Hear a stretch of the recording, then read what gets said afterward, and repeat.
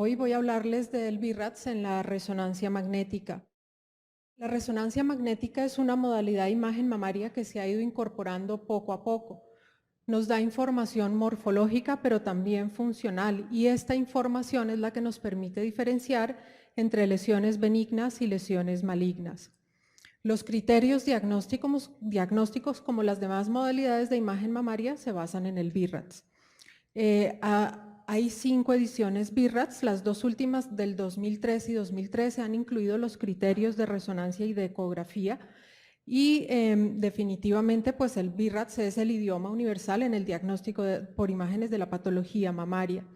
Es importante hacer una adecuada descripción de los hallazgos y clasificación de las lesiones por categoría de sospecha, por recomendación, porque esto nos va a dar una estructura, esto nos va a permitir que tengamos una estructura mental, una estructura de informe, que hagamos informes que sean consistentes, que sean de calidad, que nos puedan ayudar a mejorar el diagnóstico de nuestros pacientes, que nos ayuden a interrelacionarnos y a comunicarnos con los pacientes, pero además con nuestros médicos referentes.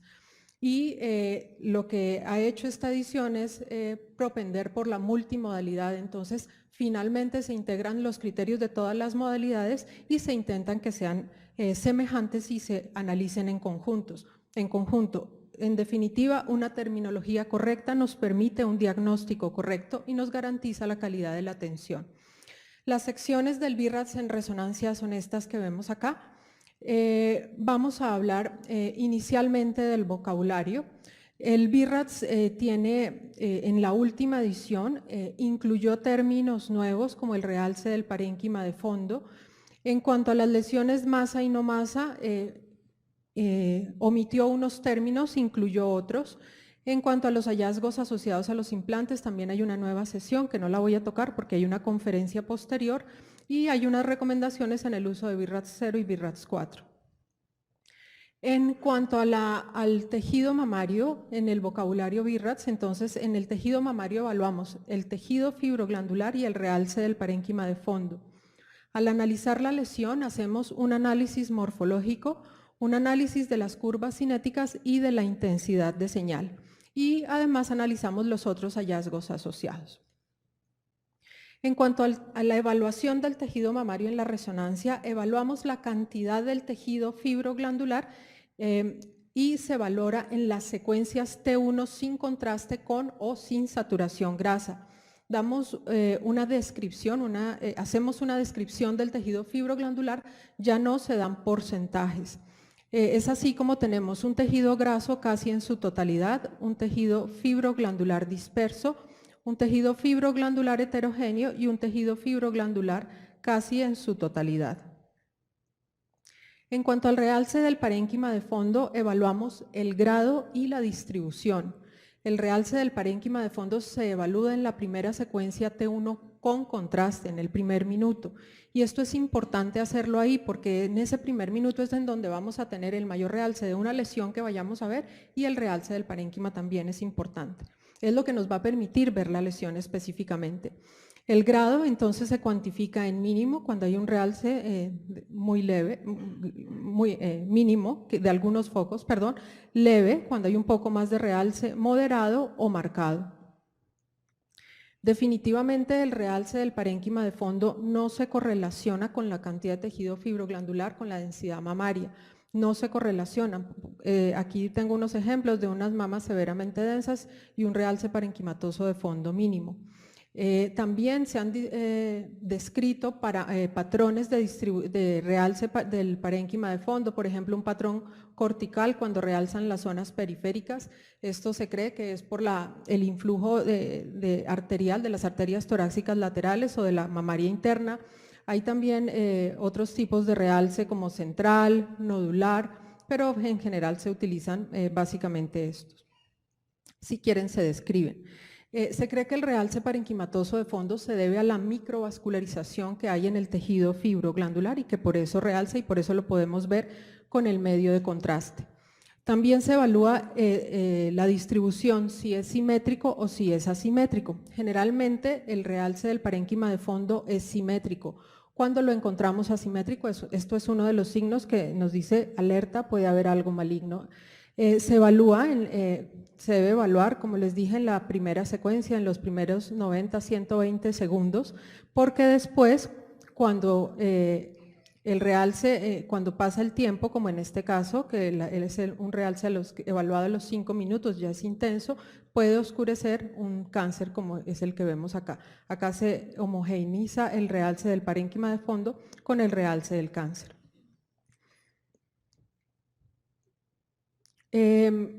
La cantidad de tejido fibroglandular y el realce parenquimatoso de fondo no son análogos, por lo tanto en el informe deben ir cada uno por separado. En este caso, por ejemplo, hay un tejido fibroglandular disperso con leve realce de fondo. Hay una cosa importante, algunos autores sugieren que no se evalúe el realce en los MIP solamente, porque si ustedes ven aquí, por ejemplo, hay un realce marcado en la mama izquierda y este es el MIP del caso de aquí arriba. Esto es por borrosidad, por movimiento. Entonces puede haber una interpretación inadecuada. El realce del parénquima de fondo, el tejido mamario, pues respecto al ciclo menstrual, el tejido mamario es sensible a los estrógenos. Los estrógenos producen aumento de la permeabilidad de los vasos sanguíneos, por lo tanto, es importante cuando una resonancia no se hace diagnóstica, sino se hace como tamizaje, que se haga en esta primera fase del ciclo menstrual. Han evaluado cómo se comporta el realce del parénquima de fondo. Diferentes personas lo han evaluado, diferentes autores, y pues no hay tampoco una uniformidad. Cada uno tiene hallazgos diferentes, pero lo importante es que definitivamente sí aumenta o es más marcado en las mujeres premenopáusicas, que se acentúa con la lactancia y cuando las mujeres están ingiriendo terapia de reemplazo hormonal, y que disminuye con la terapia endocrina, por ejemplo con los inhibidores de aromatasa o con el tamoxifeno. Múltiples estudios, entonces, sin embargo, se sigue cuestionando. ¿Se debe tener en cuenta el realce y el ciclo menstrual? ¿Debemos hacer la resonancia en qué fase? Definitivamente la resonancia diagnóstica se hace en cualquier fase cuando queremos hacer un estadiaje de un cáncer, y se está valorando. Múltiples estudios han demostrado que no hay una disminución significativa de la sensibilidad o de la tasa de detección de cáncer en ninguno de los ciclos, en ninguna de las fases del ciclo menstrual. Sin embargo, cuando no se hace en la primera fase, se ha visto que puede haber una interpretación inadecuada y que sí se han aumentado el número de biopsias. Definitivamente, entonces lo que recomiendan es que la diagnóstica no se ajuste al ciclo menstrual. En cuanto a los criterios para el diagnóstico diferencial, entonces vamos a pasar a las realces de foco, masa o del realce no masa, que son los criterios morfológicos que se tienen en cuenta. De acuerdo al tipo de lesión, evaluamos el foco, que es menor de 5 milímetros, ya les explico mejor. En las masas evaluamos la forma, los márgenes y el patrón de realce interno, y en las lesiones no masa evaluamos la distribución y el patrón de realce interno igualmente.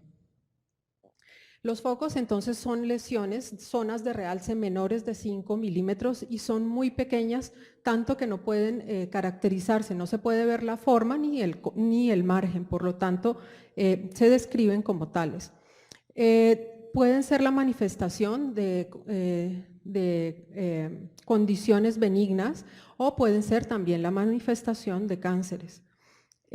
Las características sospechosas, cuando vemos focos, ¿cuándo pensamos que puede ser sospechoso? Cuando hay un foco único, cuando hay ausencia del hilio graso central, cuando tiene cinética de lavado, cuando se puede medir y tiene la cinética de lavado, cuando hay un aumento de tamaño en el tiempo o cuando es de aparición reciente. De todas maneras, lo que tenemos que tener en cuenta aquí es el escenario clínico en el cual estamos evaluando esos focos. Esta es la resonancia de una paciente nuestra, es una paciente de 52 años que 6 años antes del 2016 tuvo un carcinoma de endometrio tratado y 3 años antes una hiperplasia ductal atípica biopsiada en la mama derecha. Como es una paciente de alto riesgo, en la resonancia magnética del 2016 vimos un foco en la mama derecha. Este foco en ese contexto y en ese escenario clínico ha debido biopsiarse por resonancia magnética, sin embargo es una paciente ansiosa y claustrofóbica que no permitió, y definitivamente el foco no se veía ni en la mamografía ni en el ultrasonido. En el 2016 el foco aparentemente estaba un poco más intenso, sin embargo no era nada significativo. En el 2018 tampoco presentó ningún cambio y en el 2019 definitivamente aumentó. Logramos verlo por ultrasonido, hacer la biopsia y fue un carcinoma ductal infiltrante de grado nuclear intermedio. Por el otro lado, también tenemos focos que tienen características de benignidad. Cuando vemos focos múltiples que se diferencian del realce del parénquima de fondo, podemos pensar que son benignos. Cuando son hiperintensos en las secuencias T2, cuando tienen hilio graso o una curva de cinética persistente y cuando son estables en el tiempo. En cuanto a las lesiones no masa, entonces vamos a ver la forma, que puede ser ovalada, redonda, irregular, los márgenes y el patrón de realce interno. En cuanto a la forma, entonces tenemos lesiones que son redondeadas, ovaladas. En el BIRATS anterior se describía la lobulada, que ya se cambió, no se describe en este momento, y la ovalada incluye hasta 3 lobulaciones, y los nódulos de forma irregular. Al evaluar los márgenes, entonces evaluamos si son circunscritos, como en este caso, que son bien definidos, o no circunscritos, que pueden ser irregulares o espiculados. En cuanto a las características del realce interno, cómo realzan las lesiones con el medio de contraste, puede ser un realce interno homogéneo, heterogéneo, un realce al anillo, o sea, en la periferia de la lesión, y antes se utilizaban estos dos realces, septos que realzaban y realce central, pero hoy en día solo se tienen en cuenta septos internos que no realzan. Las características que tienen mayor valor predictivo positivo para malignidad son los márgenes irregulares y espiculados y el realce anular. Es importante tener en cuenta que cuando hay una ausencia de realce en una lesión vista en mamografía, tiene un alto valor predictivo negativo para malignidad. Sin embargo, hay que tener en cuenta y no olvidarnos que hay tumores muy pequeños que pueden no realzar. Generalmente se dice que 52% de cánceres ductales infiltrantes y 48% de in situ pequeños pueden no realzar, generalmente son de bajo grado. En cuanto entonces, acá tenemos unos ejemplos de las lesiones de tipo masa. Esta es una lesión de forma ovalada, de márgenes circunscritos con un patrón de realce heterogéneo. Esta lo mismo, pero con un patrón de realce homogéneo. Aquí una lobulada con un patrón de realce homogéneo. Aquí una irregular con un patrón de realce heterogéneo, lo mismo aquí. Y vemos cómo pues algunas son benignas y otras son malignas, de acuerdo a los criterios que estábamos diciendo ahora. Y en cuanto a al realce en anillo, que es uno de los que tiene mayor valor predictivo positivo para malignidad, vemos que realza la periferia de las lesiones, generalmente porque en los tumores de alto grado hay aumento importante de la vascularización y la zona central es necrótica. Sin embargo, en este caso, por ejemplo, tenemos el mismo realce, pero era una mastitis. En cuanto a las realces de tipo no masa, evaluamos también la distribución y el patrón de realce interno. La distribución puede ser focal, lineal, segmentaria, regional, en múltiples regiones y difusa. Y el patrón de realce interno que se tiene en cuenta hoy en día es homogéneo, heterogéneo, en empedrado y anular agrupado. Antes, en el BIRATS anterior, se describía una distribución ductal que ya no se utiliza. Se utilizaban múltiples focos o punteados, que tampoco se utiliza porque se vio que equivale al realce del parénquima de fondo, y se utilizaba el reticular dendrítico, pero no se utiliza y se cambió por el anular agrupado. En cuanto a los realces no masa, la distribución, entonces, como vimos, puede ser focal cuando el realce está combinado a un área de la mama menor del 25%. Puede ser lineal, en forma de línea, no necesariamente tiene distribución ductal, puede ser una sola línea o puede ser ramificado, y puede ser segmentario cuando compromete un sistema ductal, es decir, un lóbulo mamario. Tiene una forma de triángulo con el vértice hacia el pezón y la base hacia el tórax. Vemos el valor predictivo positivo para malignidad de cada uno de ellos. En cuanto a la distribución, tenemos las otras formas de distribución regional. en la que el realce compromete más de un sistema ductal y una porción importante de la mama, mayor del 25%. Dependiendo de la distribución, o sea, esta es la distribución, y dependiendo del tipo de realce puede tener mayor o menor valor predictivo positivo para malignidad. El realce de distribución en múltiples regiones son varias zonas de realce en al menos dos grandes sectores del tejido mamario. No tiene distribución ductal. Y el realce difuso está distribuido de manera dispersa en toda la glándula y puede presentar aspecto disperso en todo el tejido, similar en todo el tejido. Si miramos de acuerdo a la distribución de los realces no masa, los patrones que siguen el conducto son estos y los que no siguen el conducto están aquí abajo. Y el regional, el de múltiples regiones y el de distribución difusa son los que tienen mayor caracterización en los procesos benignos y en los cambios proliferativos. En cuanto al patrón de realce interno, entonces puede haber un realce homogéneo. El realce es homogéneo cuando es confluente y es uniforme. Un patrón de realce heterogéneo, cuando no es uniforme, es al azar, está separado por áreas de tejido normal o de grasa. Cuando es en empedrado puede ser de dos formas, puede ser como cuentas de rosario o como un collar de perlas, o puede ser como racimos de uvas. Este tiene un mayor valor predictivo positivo para malignidad. Y el realce anular agrupado es un realce que inicialmente se creía que era el tejido circundante al conducto el que realzaba, pero se han hecho varias investigaciones y se ha visto que el conducto que está comprometido con cáncer tiene una proteína que se llama la proteasa, que aumenta la permeabilidad de la membrana, y este aumento de la permeabilidad de la membrana permite que el medio de contraste entre a la pared del conducto. Entonces, el empedrado anular que se ve hoy en día, el anular agrupado que se ve hoy en día, es casi que patognomónico del carcinoma ductal in situ, pero de grado intermedio y de grado alto. Ya vimos entonces los criterios morfológicos, ahora vamos a ver los criterios dinámicos. El análisis cinético nos va a permitir describir las características del realce en el tiempo, luego de la inyección del medio de contraste. Hay una fase temprana que es en los primeros 2 minutos o cuando la curva cambie de sentido, y una fase tardía. En la fase temprana el realce puede ser lento cuando respecto a la fase sin contraste es menor del 50%, puede ser intermedio cuando es entre el 50 y 100% y puede ser rápido cuando es más del 100%. Y en la fase tardía hay 3 tipos de curva. La curva persistente, que es cuando realza más del 10% y que permanece en el tiempo. La curva en meseta, que es cuando no cambia respecto al realce inicial, y la curva en washout o lavado es cuando aumenta, o sea, disminuye más del 10% de la fase inicial. Como vemos ahí, la curva tipo 1 se encuentra en muchas más lesiones benignas y la 2 y la 3 en las malignas. Sin embargo, hay una superposición de las curvas, y lo importante que nosotros debemos saber es que debemos evaluar tanto la morfología como la cinética de las lesiones, y se tiene en cuenta lo que sea más sospechoso. Si hay una lesión que tiene morfología sospechosa con una curva tipo 1, igual se debe biopsiar.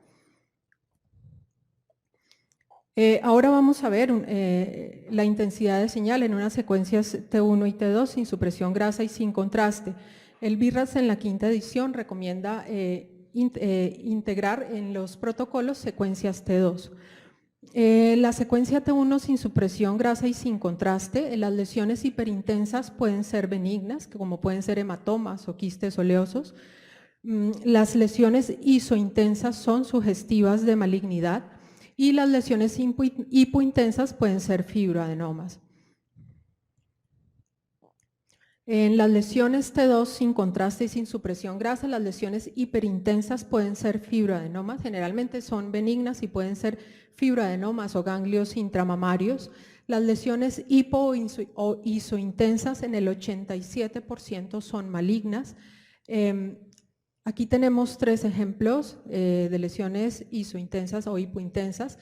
Este es un caso que les traigo, es una paciente nuestra que consultó por una masa palpable en la mama derecha.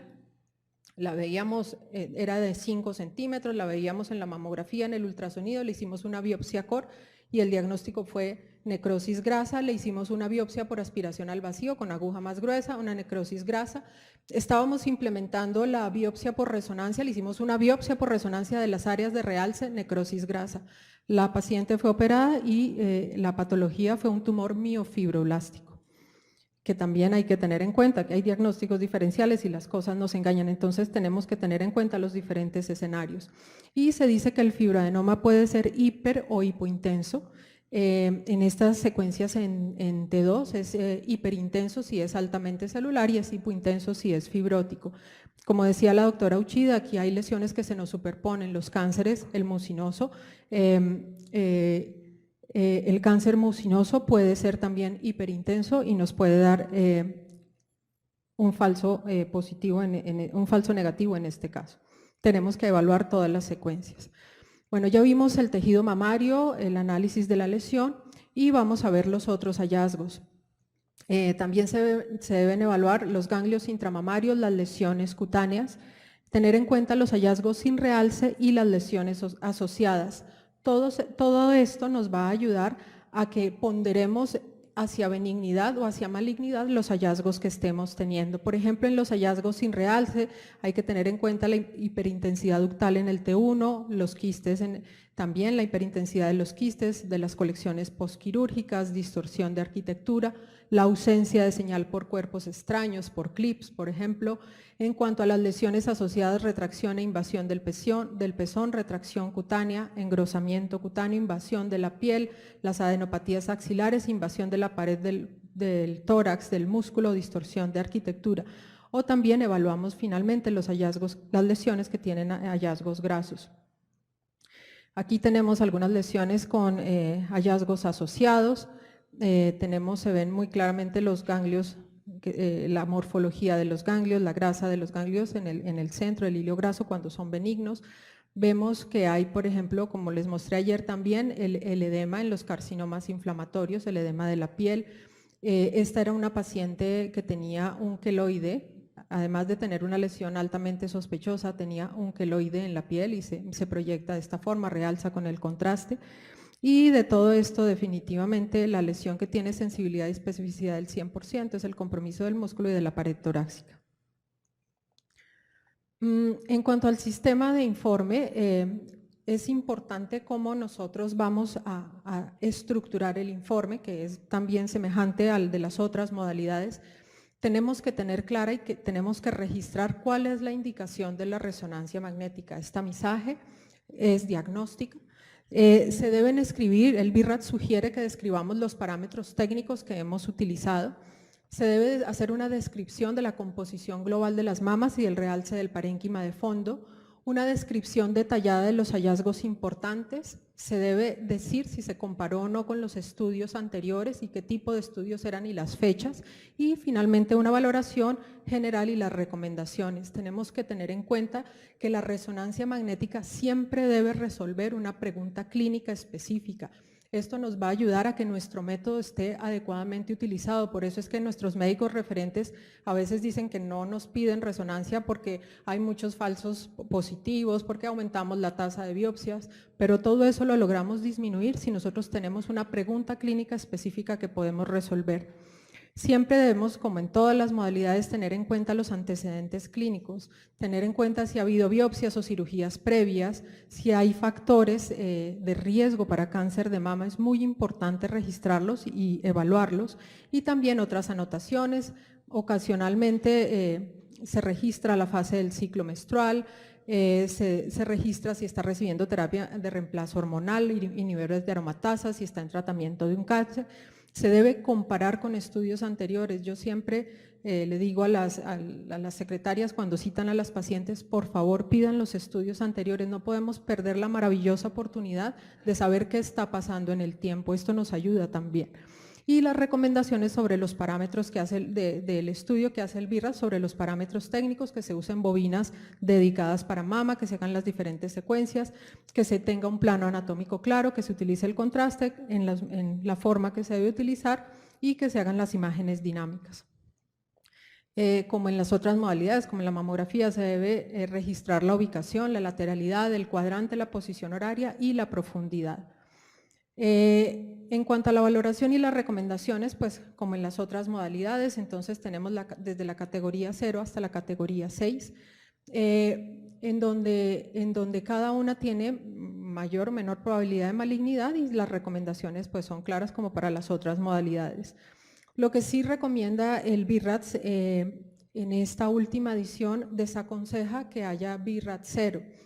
¿En qué casos se podría valorar un BI-RADS 0?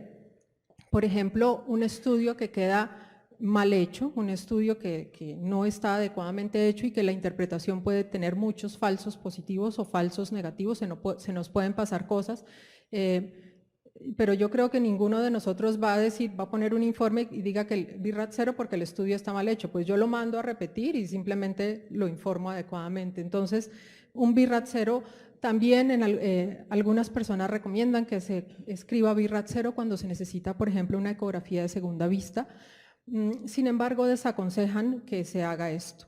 En cuanto a los BI-RADS 3, hay dos cosas importantes. Una, puede haber falsos positivos, o mejor dicho, puede haber, por ejemplo, un realce del parénquima de fondo por influjo hormonal y podemos tener falsos positivos y falsos negativos. Entonces, esto hay que tenerlo en cuenta. Intentemos también, dentro de lo posible, evaluar el BI-RADS 3 claramente y sabemos que las pacientes que son de alto riesgo no tienen nunca un BI-RADS 3. Eso es importante. Cualquier lesión que se encuentre en ellas debe ser biopsiada. Y también son BI-RADS 3, un nódulo que tiene todas las características de benignidad, pero que no se había visto antes y se ve ahora en una paciente que no tiene riesgo. Esa paciente se considera BI-RADS 3, se sigue en seguimiento corto cada 6 meses hasta completar 2 o 3 años para evaluar la estabilidad. Y en cuanto al BI-RADS 4, el BI-RADS recomienda indicar el método de biopsia. Me parece que todos, en cualquier modalidad que utilicemos, siempre debemos indicar el método de biopsia. Es decir, no solo tiene moderada, intermedia o alta sospecha, sino indicar el método por el cual sugerimos que se haga la biopsia. Eso va a ayudar también a nuestros referentes, a nuestros médicos referentes, a orientarse un poco hacia lo que debe hacerse. Y lo otro importante es que se clasifica como BI-RADS 4, una paciente que ya tenía un diagnóstico previo de cáncer y que aparece una lesión nueva altamente sospechosa, es decir, no es un BI-RADS 6, sino un BI-RADS 4 y se evalúa la lesión que ha aparecido de nuevo. Esto es en el Cusco Vinicunca, no sé si han oído hablar de la montaña de los 7 colores. Son unas montañas que quedan de 5.000 a 5.200 metros de altura sobre el nivel del mar, que hasta hace 5 años estaban cubiertas por nieve, entonces nadie las había visto. Y los pobladores de la región, con el calentamiento global, cuando empezaron a derretirse las cumbres heladas, empezaron a ver que la montaña podía tener muchos colores y empezaron a explotarla turísticamente. Y bueno, llegar allá es toda una odisea, y lo pongo aquí porque para nosotros llegar a la resonancia también lo fue. Muchísimas gracias.